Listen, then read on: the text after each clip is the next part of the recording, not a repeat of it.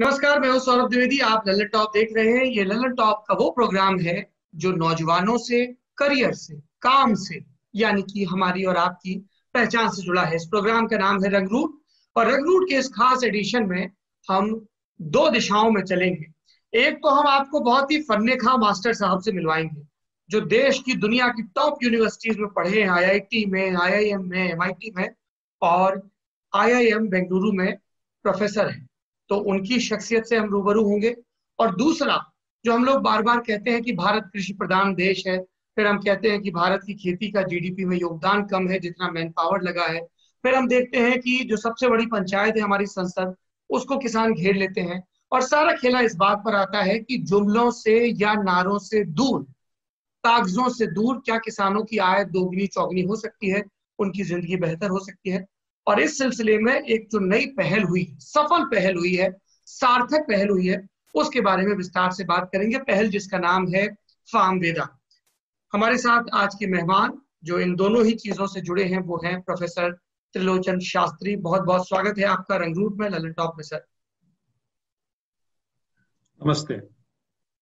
Professor Shastri, सबसे पहले तो मैं ये जानना चाहूंगा आपसे कि ये फार्मवेदा क्या है। नाम बहुत इंटरेस्टिंग है, प्रोडक्ट बहुत इंटरेस्टिंग है, मैंने यूज किए हैं, लेकिन इसका कंसेप्ट कहाँ से आया दिमाग? कंसेप्ट ये है कि जो हमारे मूंगफली के किसान हैं, उदाहरण के तौर पे जी वो मूंगफली 40 रुपए किलो बेचते हैं, और जो हम मूंगफली की स्नैक्स खाते हैं या पट्टी खाते हैं वो 300 रुपए से कम किलो नहीं मिलता है। जी और दूसरी तरफ हमने देखा कि जो किसान लोग हैं वो गरीबी में और कई समस्याओं में जूझ रहे हैं। जी तो फार्मवेदा का ये कॉन्सेप्ट है कि जो हम खाते हैं घर पे, डायरेक्ट, अभी अंग्रेजी में बोलते हैं फार्म टू फोर्क, सीधा जी खेत पे हमारे रसोई तक उसका खाना पहुंचाना। तो इसका यही कॉन्सेप्ट है, और इसमें जो कुछ मुनाफा है ये हमारा बिल्कुल 100% सोशल सर्विस है। जी। इसका मुनाफा है, जो प्रॉफिट है वो किसानों को जाता है। अच्छा, यही है। प्रोफेसर शास्त्री, जब आप हमारा कहते हैं तब उससे तात्पर्य क्या है? कौन कौन जुड़ा है इससे? ओनरशिप का मॉडल क्या है? किसानों को कैसे जोड़ा, कैसे इसको ग्राउंड पर इम्प्लीमेंट किया? थोड़ा सा अगर आप डिटेल में बता सकें। जरूर। एक्चुअली इसका फार्मवेदा तो 4 साल पहले शुरू हुआ, मगर जी। एक तरीके से इसकी तैयारी 20 साल पहले शुरू हुई, 15 साल पहले। अच्छा। तो अभी हम दक्षिण भारत में ज्यादा काम करते हैं। किसान संगठन बनाए हैं। ओके। आजकल उसको बोलते हैं FPO, farmer producer organization. Okay. पुराने जमाने में उसको सहकारी संगठन या कोऑपरेटिव बोलते थे। जी। तो अभी हमने लगभग 35,000 किसानों के संगठन बनाए हैं 3-4 जिलाओं में। That's a huge number. 35,000 farmers जुड़े हैं उससे। हाँ, वो इसके 15 साल तो लगे ना, और बढ़ते जी जा रहे हैं। अभी ऐसा नहीं है कि खत्म हुआ है हमारा काम। जी तो उसका स्ट्रक्चर क्या है कि for the farmer, by the farmer, of the farmer. जी किसानों से, किसानों के लिए, किसानों का। जी तो उसमें लागत भी उनकी होती है, मुनाफा भी उनका होता है, और काम और निर्णय लेना भी उनका होता है। हमारा क्या काम है? हमारी एक अलग से संस्था है, एनजीओ बोल सकते हैं। किस नाम से सर? उसका नाम है CCD, centre for collective development. Okay. cct.ngo जाएंगे तो आपको काफी उसमें वो मिलेगा। जी तो सीसीडी को हम एक बेबी एनडीडीबी मानते हैं। जैसे नेशनल डेयरी डेवलपमेंट बोर्ड ने अमूल को बनाया था, जी सीसीडी ने ये किसान संगठन बनाए हैं।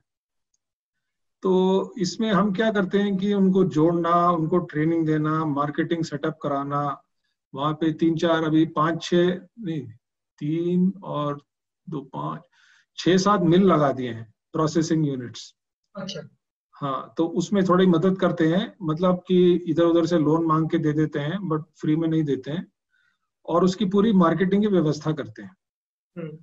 तो इसमें क्या है कि किसानों को फायदा होता है, क्योंकि जो बिचौली, आड़ती, दलाल जो भी बोलते हैं, कई लोग मजाक में खून चूस, मक्खी चूस भी बोलते हैं, तो उनका काम घटता जाता है, और किसानों को जो नाप तोल ठीक से होता है, सही वजन में, सही वजन और सही रेट, दाम भी उचित मिलता है, और प्रोसेसिंग से उनको और भी वैल्यू एडिशन मिलता है।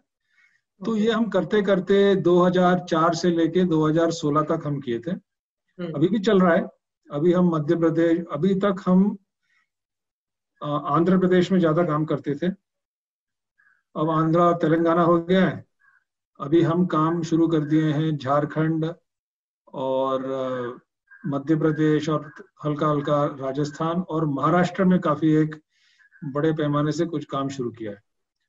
तो हमने सोचा कि अगर हम मूंगफली का छिलका निकाल के मूंगफली बेचेंगे, 5 रुपए ज्यादा मिलेंगे, मगर पीनट बटर बनाएंगे या मूंगफली का तेल बेचेंगे तो उसमें और भी मुनाफा है।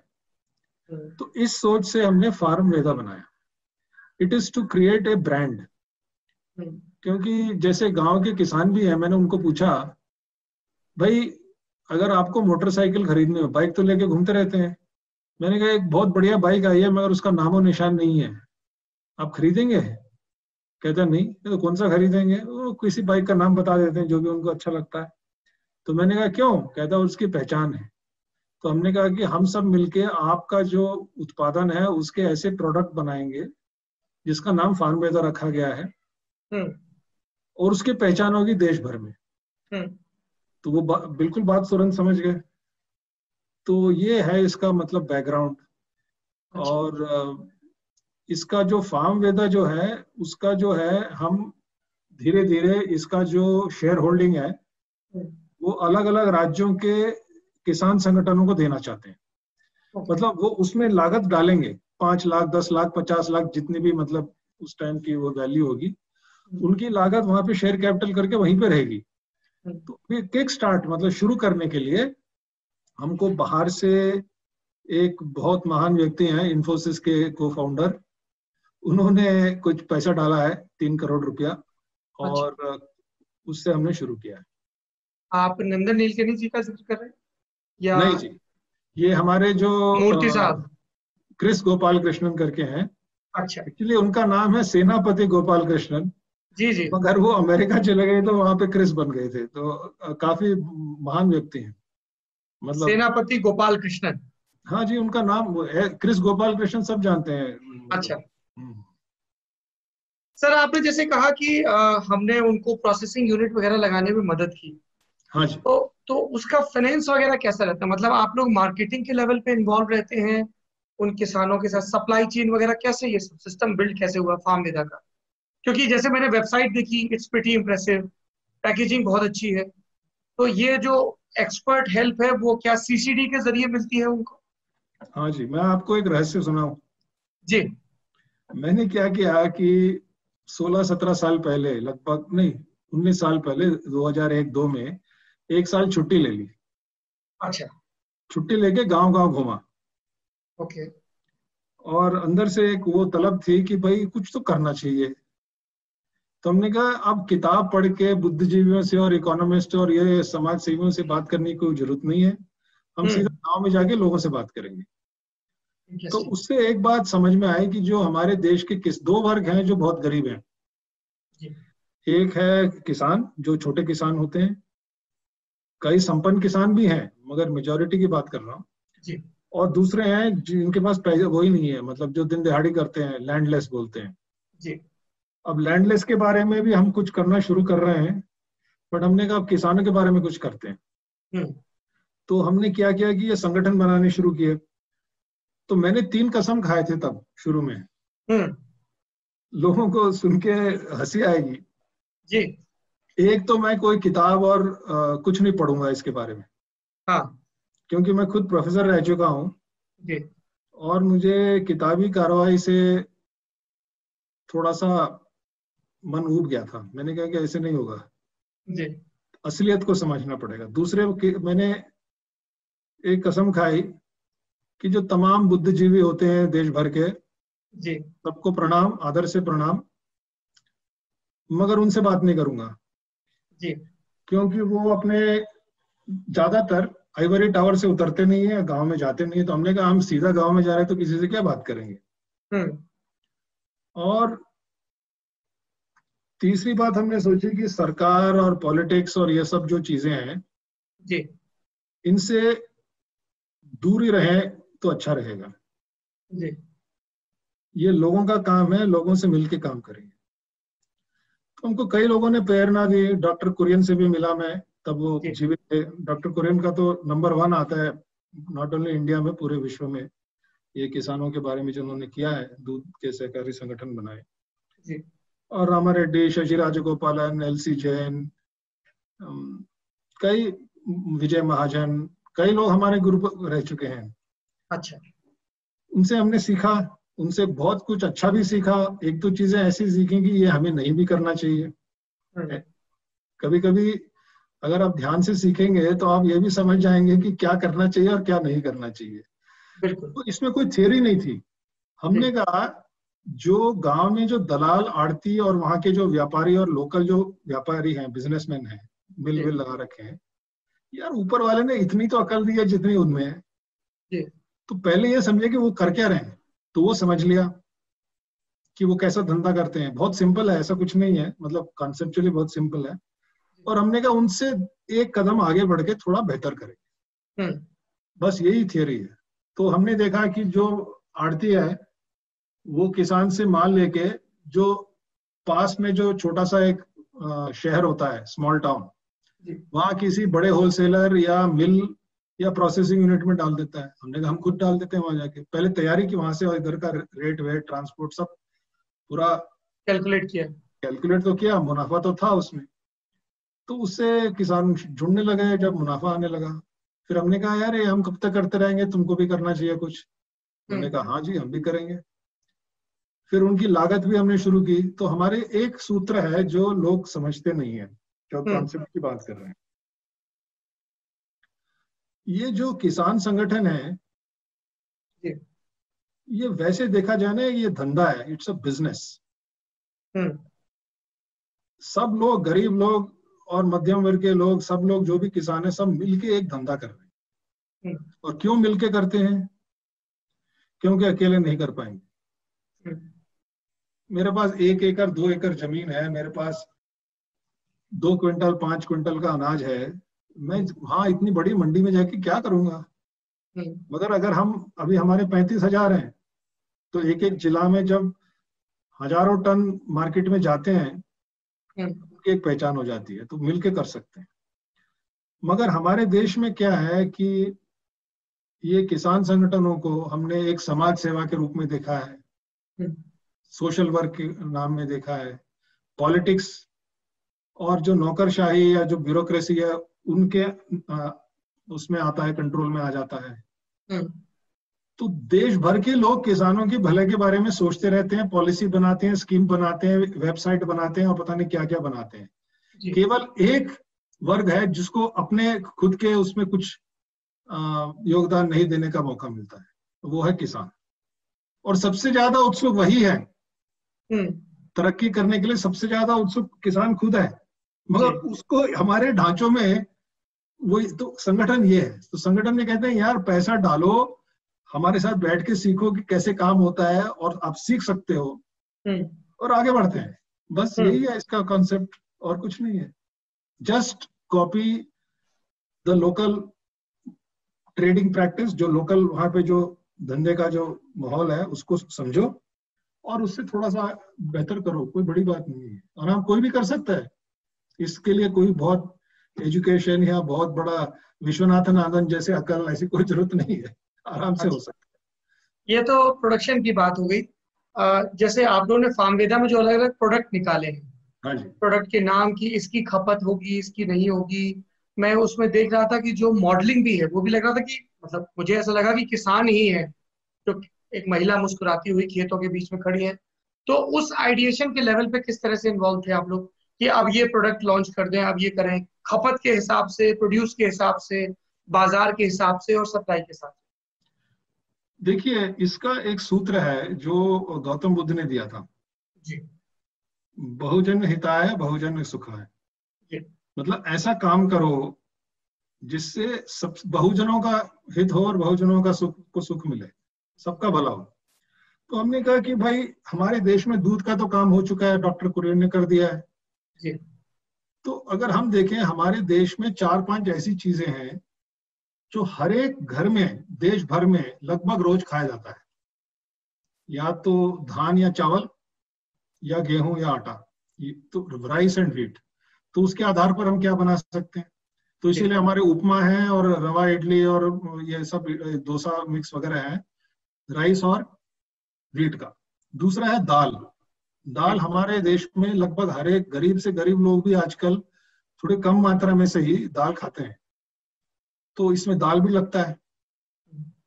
तो राइस, व्हीट और दाल, और ये जो है सड़ते नहीं है, जैसे टमाटर है सड़ जाता है, तो ये लॉन्ग शेल्फ लाइफ के होते हैं।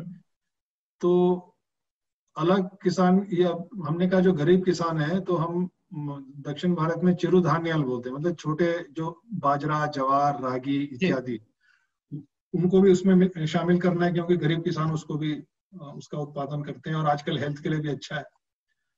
और मूंगफली और सोयाबीन इत्यादि। तो इनके आधार पर जो भी हम वैल्यू एडेड प्रोडक्ट्स बना सकते हैं वो बनाएंगे। आगे जाके बिस्कुट और पास्ता और मैगी नूडल टाइप कई चीजें बनाने का भाई प्लान है। शुरू में हम दक्षिण भारत से हमने थोड़े south Indian product, idli dosa mix, chutney podi और रागी डोसा मिक्स, ये सब हमने शुरू किए। जो अड़ाई है नॉर्थ में आप लोग जानते नहीं है, एक्चुअली ये चीला है। आपने चीला खाया होगा जी। तो चीला जो है, मैंने देखा उत्तराखंड में मूंग दाल की बनती है, हाँ, कई जगह पे चने दाल की भी बनती है। तो अड़ाई जो है, आप मान लीजिए साउथ इंडियन चीला है जो चने दाल की बन, बिल्कुल। इसमें थोड़ा नमक मिर्च थोड़ा अलग होता है, मिर्चें थोड़ी ज्यादा होती हैं, हींग वगैरह डलता है, मगर वही चीज है। तो ये अभी हम सोचते हैं कि हर एक राज्य का हम एक सिग्नेचर डिश लेंगे। हाँ, उसको भी हम इंट्रोड्यूस करना चाहते हैं, मगर पहले हमको चादर वहीं तक फैलाएंगे जहां तक हमारे किसान हैं। आगे जाके दूसरे अलग अलग राज्यों के किसानों के जो, उस राज्यों के जो सबसे ठेठ डिश बनता है खाने का, उसको भी हम इंट्रोड्यूस करेंगे। अच्छा प्रोफेसर शास्त्री, मैं उत्तर प्रदेश के बुंदेलखंड इलाके से आता हूँ, जो क्या बात है, कई बार घुमा हूं मैं वहां पे। अच्छा, तो वहां पे पानी की उतनी सहूलियत नहीं है, जैसे हम लोग दूसरे जिलों में देखते हैं कि 3 फसल हो रही है या 2 तो हो ही रही है। हमारे यहाँ ज्यादातर किसान एक फसल करते हैं। तो अगर किसी भी इलाके के जो लोग ये वीडियो देख रहे हैं, इंटरव्यू देख रहे हैं, किसान या किसानों के संगठन आपके इन 3 नियमों का ख्याल रखते हुए कि बुद्धिजीवियों को दूर से प्रणाम, उन बुद्धिजीवियों को जो अपने कमरों में ही बैठे रहते हैं, जिनको जमीन की नॉलेज नहीं है, सरकार, पॉलिटिक्स, पार्टी पॉलिटिक्स और जो कोऑपरेटिव पॉलिटिक्स है, उनको दूर से प्रणाम। अगर ऐसे किसान हो, नौजवान हो या बुजुर्ग हो, आपसे जुड़ना चाहे तो उसका तरीका क्या है? सर, बुंदेलखंड में बहुत सब जरूरत है ऐसे संगठनों की। जी। अभी हमारे जो इलाका सबसे बड़ा है, बढ़िया नहीं, सबसे बड़ा है वो अनंतपुर। जी। वहां पे जैसलमेर के बाद पूरे देश में सेकंड नंबर पे आता है रेनफॉल। रेगिस्तान टाइप है, वहां पे एक ही फसल आती है, और वो भी मूंगफली। 3 इतना फसल नहीं कम? आते हैं। हाँ, अनंतपुर में एक ही फसल है। हम्म। तो मनरेगा जो है वहीं से शुरू हुआ था, क्योंकि वहां पे मतलब अकाल, ड्राउट प्रोन एरिया है, रेनफेड। वहां पे कोई सिंचाई नहीं है, कोई नदी नहीं है, और एक ही फसल आती है, अगर आए एक फसल तो हमको ऐसे इलाकों से ज्यादा प्रेम है, क्योंकि वहां पे जरूरत भी है। तो बुंदेलखंड में हम शुरू करेंगे। अभी अभी हमने, बुंदेलखंड से लगा हुआ है बट पूरा नहीं लगा, इंदौर में से थोड़ा आगे जाके ट्राइबल एरिया में जी। हमने 4-5 गांव में अभी काम शुरू किया है। वो हिली एरिया है, तो बुंदेलखंड से लगा हुआ है बट बुंदेलखंड में नहीं आता है, तो बुंदेलखंड में भी करेंगे हम काम। और ये मुमकिन है, it is very much possible. In fact वहां पे ज्यादा आसान से काम हो सकता है, क्योंकि जरूरत होती है ना लोगों को। कि मैं इन जनरल ये जानना चाह रहा था कि यदि कोई किसान आप लोगों के इस मूवमेंट से जुड़ना चाहे, आपकी गाइडेंस लेना चाहे कि भाई हम भी करना चाहते हैं, हम 20, 50, 100, 500 किसान हैं, आप प्लीज हमें बताइए कैसे कर सकते हैं, तो how should they reach out to you, कैसे आप तक पहुंचे? सर, ऐसा ऑलरेडी हो चुका है। अभी उत्तराखंड के कुछ किसानों ने, ये हमारा एक वो है कोर्स है मूक्स में, अभी तक वो अंग्रेजी में है, अब उसको हिंदी में अनुवाद करवा दीजिए ना उसका। मैं भी कर सकता हूँ खुद, मगर थोड़ा समय लगता है। तो पूरा कोर्स है कि ये संगठन कैसे बनाएंगे, क्या करेंगे, कैसे मैं आगे। सर जरूर, I will volunteer for this, this is my responsibility and my commitment now. ठीक। आप थोड़ा कोर्स के बारे में अगर और विस्तार से बताएं, ये क्या कोई किताब है? नहीं, ये जो है ना, ये पहले IIM बैंगलोर के थ्रू ही मूक्स, मतलब massive open online courses MOOCs जो है, अच्छा। उसके माध्यम से बनाया, मगर उनके कुछ कायदे कानून होते हैं। हाँ तो फिर अब एक फ्री वर्जन हमने लगा दिया है, वो साक्षी या पता नहीं क्या बोलते हैं उसको, उसका लिंक मैं भेज देता हूँ। जी। तो उसमें आप हर एक जो लेक्चर है 3 से 5 मिनट का है, ऐसे 15-20 लेक्चर है। अच्छा। तो उसमें संगठन माने क्या, संगठन क्यों, उसके हम्म। क्या लक्षण होते हैं, तो शुरू हम्म। में वो कैसे हम बनाते हैं, हम्म। ये सब बातें कुछ, मतलब 100% तो एक कोर्स में नहीं हो सकता है, जी मगर बिल्कुल। एक आइडिया जरूर मिल जाए। उसी कोर्स को देख के उत्तराखंड के किसी मित्र ने फोन किया, तो वहां से हमने सेब मंगा के यहाँ बेचे ना, और फिर उत्तर प्रदेश से हमने आम मंगा के बेचे। अच्छा, तो तभी वो वेबसाइट पे मैंगो का एक अलग वो बना हुआ है। हाँ हाँ, तो मैंगोस का इस बार क्या है कि अभी मैंगो का देखिए सर, 1 किलो 10 से 20 रुपए तक औसत किसान को इस साल मिला, पहले तो और भी कम मिलते थे।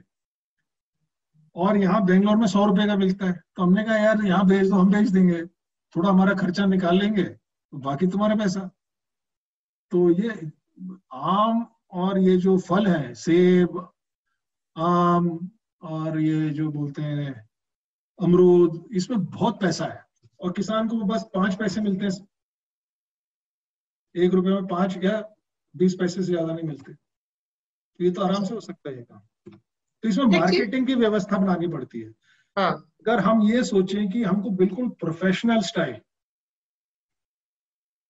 चाहे वो हिंदुस्तान लीवर का हो, चाहे हल्दीराम का हो, चाहे MTR का हो, चाहे बाबा रामदेव का हो, कोई हम्म। इंटरनेशनल ब्रांड हो, नेस्ले का हो, हमको उस लेवल पे क्वालिटी और मैनेजमेंट और बिजनेस उस लेवल पे चलाना है, और चला ही रहे हैं।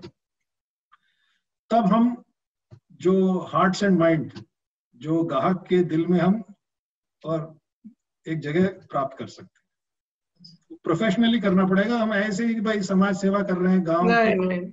ऐसे नहीं होगा।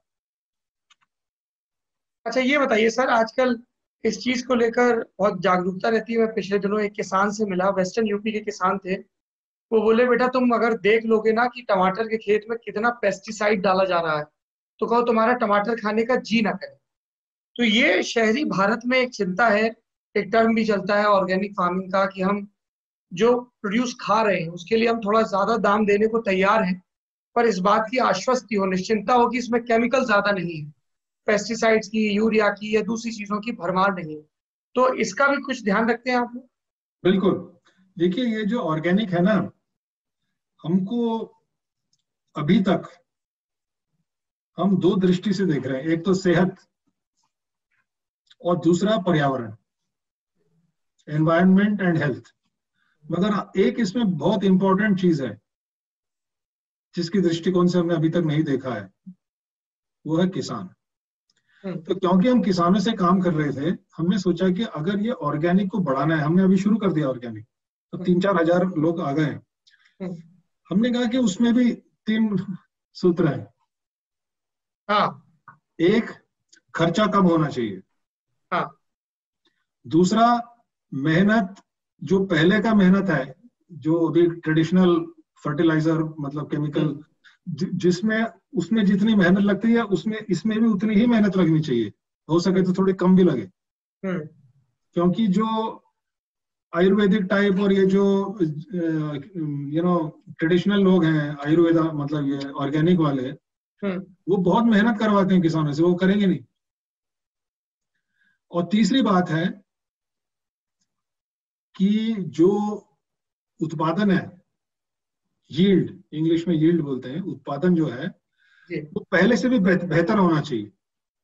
हम्म। तो हमने कई स्कीम देखे, उसमें या तो मेहनत ज्यादा लगती है, जी। या खर्चा भी कभी कभी ज्यादा हो जाता है, मगर खर्चा लगभग कम ही होता है, जी। या जो उत्पादन है वो कम हो जाता है। कहता है नहीं 3 साल के बाद बढ़ेगा। अब 3 साल के लिए कौन सा गरीब किसान की 3 साल के लिए रुकेगा। ठीक बात।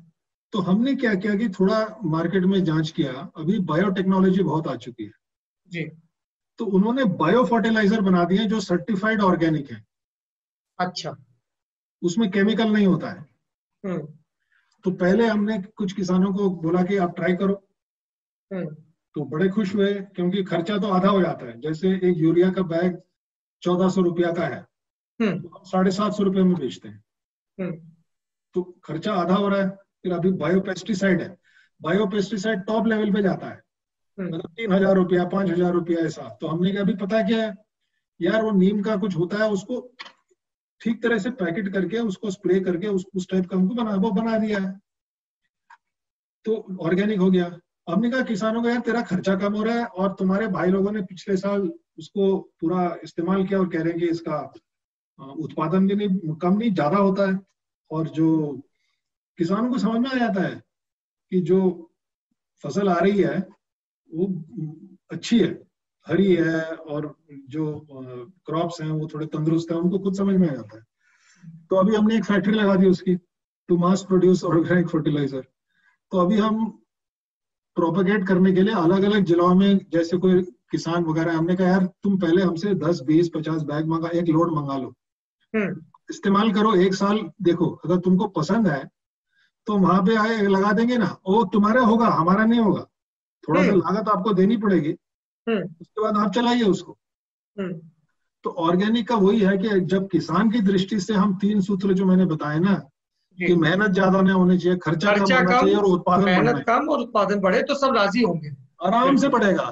हम ये upper middle class English speaking जो होते हैं ना कि भाई organic is so good, it is good for health और आई विल पे प्रीमियम, उससे नहीं चलेगा ये वो निश मार्केट में ही चलेगा। जो फैब इंडिया का कुर्ता पहनते हैं और जो अंग्रेजी में बोलते हैं और कहते हैं कि भाई वो it's so nice, it's so healthy, उस टाइप से नहीं होगा ये, and they live under this भारतीयता से होगा। समझ रहे हैं ना मेरी बात? जी बिल्कुल। सर ये बताइए कि आपने जैसे बहुत सारे कंसेप्ट बताए, फॉर्मूले बताए, कोई सक्सेस स्टोरी आप शेयर करना चाहें? जैसे फार्मवेदा की वेबसाइट पर मुझे रमन्ना रेड्डी की स्टोरी दिखी जो बड़ी दिलचस्प थी, कि वो पहले 10 साल तक लेफ्ट मूवमेंट से जुड़े रहे, अंडरग्राउंड रहे, अब खेती कर रहे हैं। इस तरह के कुछ और अड़चनें किस तरह की हैं? जैसे आपने बताया बड़ा कन्विंसिंग लग रहा है, लेकिन आई एम श्योर मुश्किलें भी आई होंगी।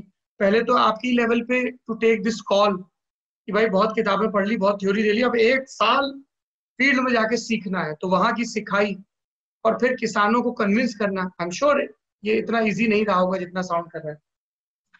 देखिए, जब कुछ करना होता है तो तरीका भी निकल जाता है। अगर हम सोचते रहे कि ऐसा होगा वैसा होगा, पानी गर्म है ठंडा है, कितना इसमें डूबूंगा, ऐसे नहीं होता है। काम शुरू करने से ही होता है और करते करते सीखते जाओ, मगर अंदर से वो होना चाहिए, विश्वास। तो एक विश्वास होना चाहिए कि ये लोगों के लिए भला, इससे लोगों का भला हुआ कि नहीं। अगर खुद ही मुझे डाउट है कि इससे लोगों का भला नहीं होगा तो मुझे नहीं करना चाहिए, लोगों का भला हुआ कि नहीं। दूसरा, ये बहुत अहम चीज है, साइकोलॉजी। जी। अगर मैं अपने छोटे भाई को मैं गणित पढ़ा रहा हूँ 10वीं क्लास पास करने के लिए या 12वीं के लिए, मगर मेरे दिल में एक शंका है कि यार इसके बस की बात नहीं है, चाहे मैं बोलूं ना उसे कुछ, वो समझ जाएगा कि ये जो मेरा टीचर है ये सोचता है कि यार मैं काबिल नहीं हूं, तो वो ठीक से सीख नहीं पाएगा। तो किसानों के साथ भी ये है। तो मुझे शुरू से विश्वास था कि किसान लोग कर सकते हैं, शंका उनमें होती है, मगर अगर मैं अपनी शंका लेके जाऊं यार मिलके करते हैं, मगर मैं घर में जाके सोचता हूं नहीं यार ये लोग इनके बस की बात नहीं है, तो वो बात वो समझ जाते हैं चाहे मैं बोलूं या ना बोलूं। Do you have faith in the farmers? अगर वो विश्वास नहीं है तो हमारे पास दो ही चीजें थी कि ये काम लोगों के भला के लिए है और हम मिलके करेंगे, और ये लोग हमारे साथ मिलके कर सकते हैं, ये इतने काबिल हैं। तो इस विश्वास से जाओगे तो हो जाता है। ये साइकोलॉजी है। अगर कोई बैटिंग कोच जाके बच्चे को बोला यार ऐसे बैट पकड़ वैसे बैट पकड़, मगर सोचता है कि इसके बस की बात नहीं है, तो वो कब वो बच्चा कभी बैटिंग सीखेगा क्या है? आप मुझे ये बात बता रहे थे और मुझे ख्याल आ रहा था कि IIM बेंगलुरु में आप जिस विषय के प्रोफेसर हैं, डिसीजन साइंस, ये क्या होती है सर? अभी ये जो नाम है बदलते रहते हैं हर 5-10 साल पहले। अच्छा। तो my PhD is in operations research okay. From the USA, from Massachusetts Institute of Technology. MIT। हाँ, तो उसमें linear programming, optimization, applied mathematics और स्टैटिस्टिक्स। तो इसको आजकल डिसीजन साइंसेस बोलते हैं, क्योंकि उसमें बिजनेस कॉन्टेक्स्ट और धंधे में इसको कैसे अप्लाई कर सकते हैं वगैरह वगैरह होता है। तो उसका नाम बदलता जाता है, तो अभी लेटेस्ट नाम है डिसीजन साइंसेस। अभी थोड़ा डेटा सा अगर थोड़ा सा अगर लेमैन को आप ये बात समझाएं, क्योंकि हमारे रूरल इंडिया में भी बहुत सारे लोग हैं जो नॉन मैथमेटिक्स बैकग्राउंड के लोग हैं, वो वरना हुआ हो जाएगा कि कुछ बड़ी तगड़ी चीज होती होगी, प्रोफेसर साहब ने बताई है, नॉन लीनियर, एल्गो, ऐसे सब वर्ड यूज किए, तो भयाक्रांत ना हो, थोड़ा समझ में आ जाए आसान भाषा में। कोई एक आप उदाहरण देके अगर आप बता सकें। देखिए, क्योंकि मैं गांव में घूमता रहता हूँ, जी। मैंने देखा कि वहाँ के जो हमारे गांव के लोग हैं, हाँ। अभी तो थोड़ा माहौल बदल गया, 15-20 साल पहले वो चबूतरे पे बैठ के शतरंज खेलते हैं। और एक होता है जो उसको बोलते हैं शेर और बकरा, मतलब एक इमली का वो होता है जो सीड होता है, और एक पत्थर, तो दोनों तरफ से खेलते हैं और उसमें भी बहुत दिमाग लगाते हैं। और मैं सुडोकू लेके जाता था। हाँ। तो कई किसान को दिए क्या कि मैं भी करूंगा, तो मैंने क्या, कर ले यार तू। तो मेरे ये कह रहा हूँ कि ये मत समझे कि ये लोग नहीं समझते हैं। नहीं नहीं, हमारे देश के लोग सब कुछ समझते हैं। मैं लोगों की समझदारी पे सवाल नहीं उठा रहा हूँ, मैं कह रहा समझदारी हूँ कि उसको बिल्कुल सेम है। खोल के बताना होगा भाषा के स्तर पर। तो गणित समझ लीजिए। हाँ। हाँ, तो गणित को हम धंधे में या बिजनेस में कैसे इस्तेमाल करें। ओके। हाँ, उसी को डिसीजन साइंसेस बोलिए। और इतना तो सब लोग समझते हैं कि भाई बिना गणित के धंधा नहीं हो सकता। प्रोफेसर शास्त्री, आपने, हम लोग जब ये बातचीत शुरू की तो शुरुआत में एक संस्था का जिक्र आया था, CCD। एक और संस्था है जिसके साथ आपका नाम जुड़ा है और जो कमाल का काम कर रही है, मतलब एक नागरिक के तौर पर, एक वोटर के तौर पर, एक पत्रकार के तौर पर मैं बहुत ही कृतज्ञ भी रहता हूँ, बहुत इंस्पायर भी होता हूँ। Association for democratic reforms, ADR, उसके बारे में अगर आप कुछ बताएं हमारे दर्शकों को, कई लोगों को नहीं शायद पता हो। देखिए, 1999 में, 98 में मेरा दिमाग गर्म होता जा रहा था। तो मैंने कहा यार हमारा देश बर्बाद हो रहा है, ये जो नेतागण हैं उनके खिलाफ स्कैम पे स्कैम चल रहे हैं, करप्शन ही करप्शन हो रहा है, तो इसके बारे में कुछ करना चाहिए। तो क्या करूं। तो मैं तब IIM अहमदाबाद में मैं था। जी। तब शायद मैं एसोसिएट प्रोफेसर या प्रोफेसर बन गया था लगभग। तो मैंने सोचा कि सुप्रीम कोर्ट में जाके एक PIL डालेंगे कि जो भी नेता है जिसके खिलाफ क्रिमिनल केसेस हैं वो हमको बताए, देश को पता चले, और ऐसे लोगों को धीरे धीरे बाहर करो। तो फिर लॉयर्स वगैरह ने बोला कि यार ऐसे एक PIL डालने से वो अकेले आदमी से नहीं होता है, तुम कौन हो, उनसे खेत की मूली हो, एक संगठन बनाना चाहिए। तो फिर मैंने अपने कुछ कलीग्स को पूछा, तो ज्यादातर लोगों ने कहा कि ये सब बकवास है। कुछ लोगों ने कहा, हाँ, एक तो है जगदीप चोकर जो ADR में बहुत ही प्रोमिनेंट है, और हाँ, तो वो भी मान गए। ऐसे हमने कुछ 4-5 लोगों से पूछा और बाहर के लोगों से भी पूछा, और हमने ADR एक संस्था को शुरू की। और अभी एक लॉयर है जो बहुत न्यूज में है, प्रशांत भूषण, सबसे पहले मैं उन्होंने माना कि ये केस डालेंगे। जी। फिर प्रशांत ने कामनी जायसवाल को दिया। फिर केस हम, वो लंबी कहानी है, हम जीत गए। अच्छा। हाँ, पहले हाई कोर्ट में जीते, उसके खिलाफ सरकार ने अपील किया सुप्रीम कोर्ट में, उसको भी जीते। फिर सुप्रीम कोर्ट के आदेश के खिलाफ उन्होंने कानून को बदला। फिर भी हमने एक PIL डाला कि भाई कानून को रद्द करो, तो कानून भी रद्द हुआ। तो 1999 से 2003 तक ये चलता रहा। उसके बाद मैंने क्या किया कि हमने सोचा कि यार अब अकेले एक संस्था से होगा नहीं काम। तो अगले 3-4 साल में, 2002 से लेके 6-7 तक, 4-5 साल में पूरे देश में घूमता रहा। आपके उत्तर प्रदेश में तो कई बार गया, बुंदेलखंड में उसी सिलसिले में गया था मैं। अच्छा। और बिहार, उड़ीसा, दक्षिण भारत, पंजाब, महाराष्ट्र, हर एक राज्य में गया। और हमारा एक साथी था तब, बीबू और मैं घूमते थे, और वहां पे अलग अलग संस्थाओं को आइडेंटिफाई किए कि भाई आप लोग इस काम में शामिल हो जाए। ऐसे करते करते हमने एक एडीआर का नेटवर्क बनाया। फिर हमने कहा कि मीडिया के साथ एक स्ट्रेटेजी होना चाहिए।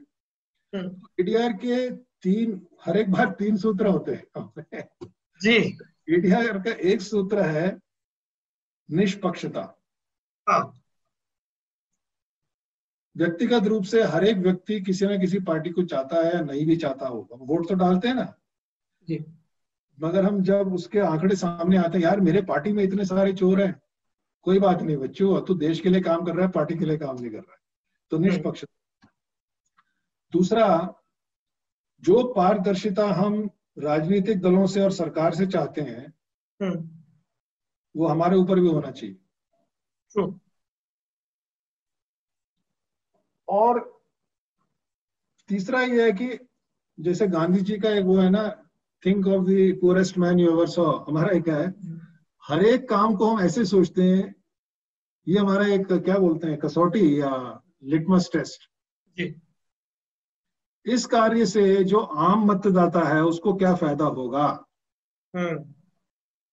तो ये हमारी कसौटी है। अगर उससे मतदाता को फायदा नहीं होगा आगे जाके, तो ये काम हमको नहीं करने का है। और जो स्टेक होल्डर्स हैं, मीडिया है, संस्थाएं हैं, इलेक्शन कमीशन है, कोर्ट्स हैं, लॉयर्स हैं, सबके साथ अच्छे हमने संपर्क बना लिए हैं। उसके बिना तो नहीं हो सकता है काम। और एक चीज जो है, we are all English speaking, हमारे सब प्रोफेसर लोग इंग्लिश स्पीकिंग है, my first language of thinking is English. मगर हमने कहा कि अगर देश भर में मतदाताओं के तक पहुंचना है तो हमको हिंदी तो है ही, मगर बाकी भारत की जो तमाम भाषाएं, उस माध्यम से हमको मतदाता तक जाना है। तो रीजनल मीडिया जो है, तमिल, तेलुगु, उड़िया, बंगाली, मराठी, गुजराती इत्यादि जो भी है, उसके साथ हमारा बहुत अच्छा संपर्क है।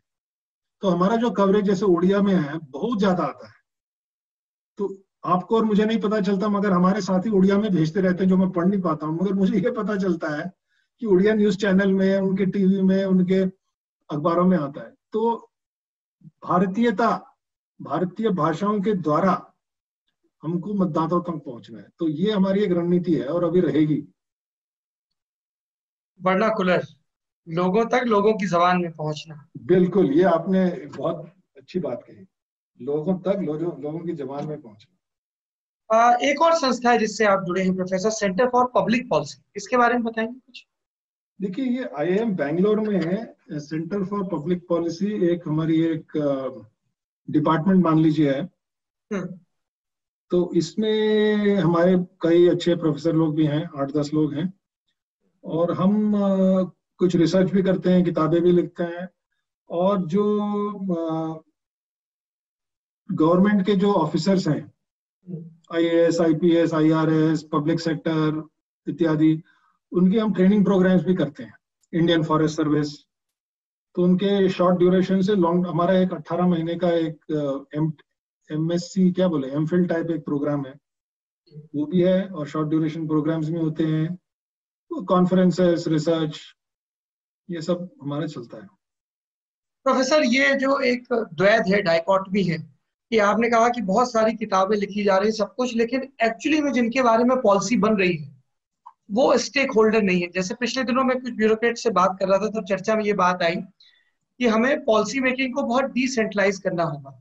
आप लखनऊ में बैठ के ये तय नहीं कर सकते कि सहारनपुर और सोनभद्र, ये दो बिल्कुल अलग अलग जिले हैं, एक झारखंड बॉर्डर पे और एक लगा है आपका उत्तराखंड और हरियाणा इधर से, दोनों के लिए आप पानी की एक जैसी पॉलिसी नहीं बना सकते, खेती की नहीं बना सकते। तो जो बात आपने गांव गांव में घूमकर सोची कि जिनके बारे में पॉलिसी बनती है वो शामिल नहीं है, तो उस फैक्टर का ख्याल रखा जाता है क्या इन कोर्सेज में, या पॉलिसी बनाते वक्त जो आप गाइडलाइंस बनाते हैं?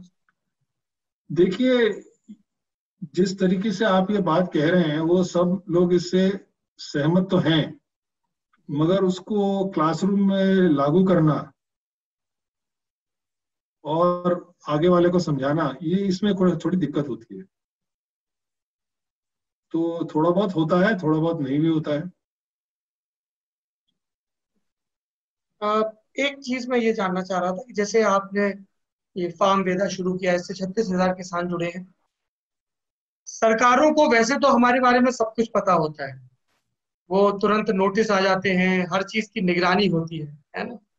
लेकिन इस तरह के जो सार्थक प्रयोग हो रहे हैं, तो क्या सरकारें do they reach out to you कि भाई आपने एक बड़ा सफल प्रयोग किया है, इसको बताइए, हम और बड़े पैमाने पर करें किसी भी मसले पर, मतलब ये खेती से जुड़ा हो सकता है या इलेक्टोरल रिफॉर्म से जुड़ा हो।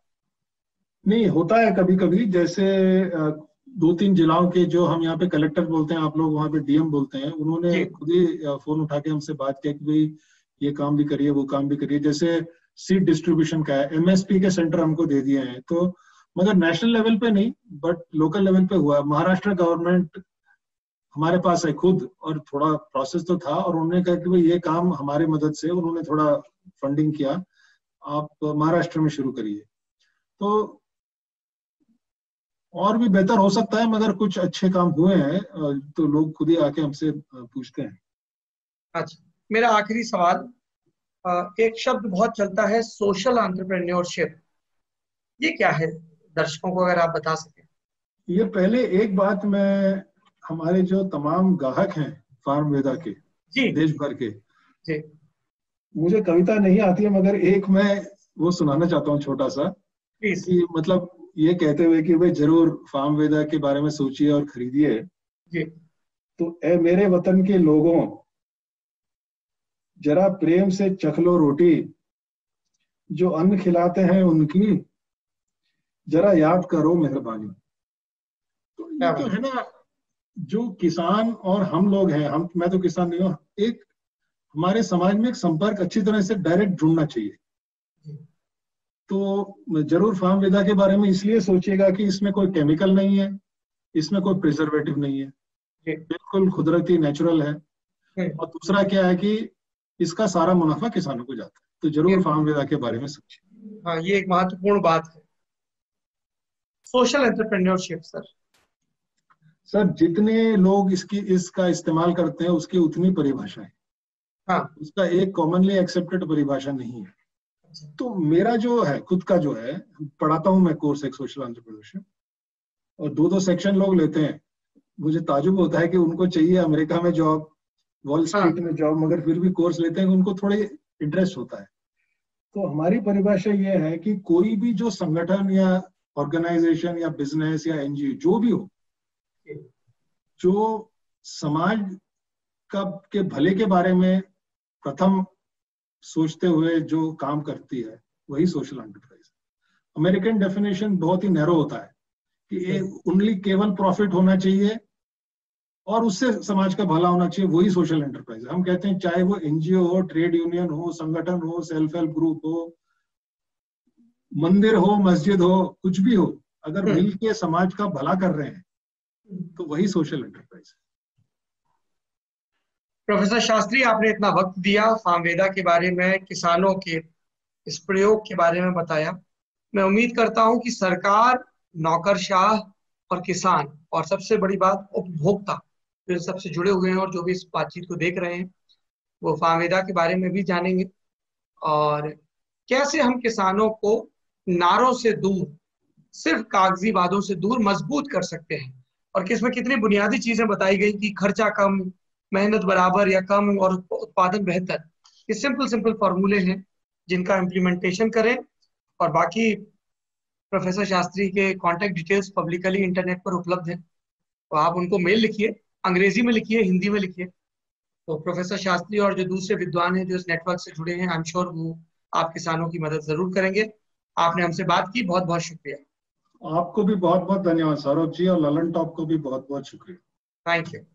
आप देख रहे हैं ललन टॉप का ये खास प्रोग्राम रंगरूट, जिसमें हम नौजवानों की बात करते हैं, नवाचार यानी कि इनोवेशन की बात करते हैं। हम इस बात की बात करते हैं कि सिर्फ बात नहीं होनी चाहिए, जिन लोगों ने बात को कर्म में तब्दील किया है उनका जिक्र होना चाहिए।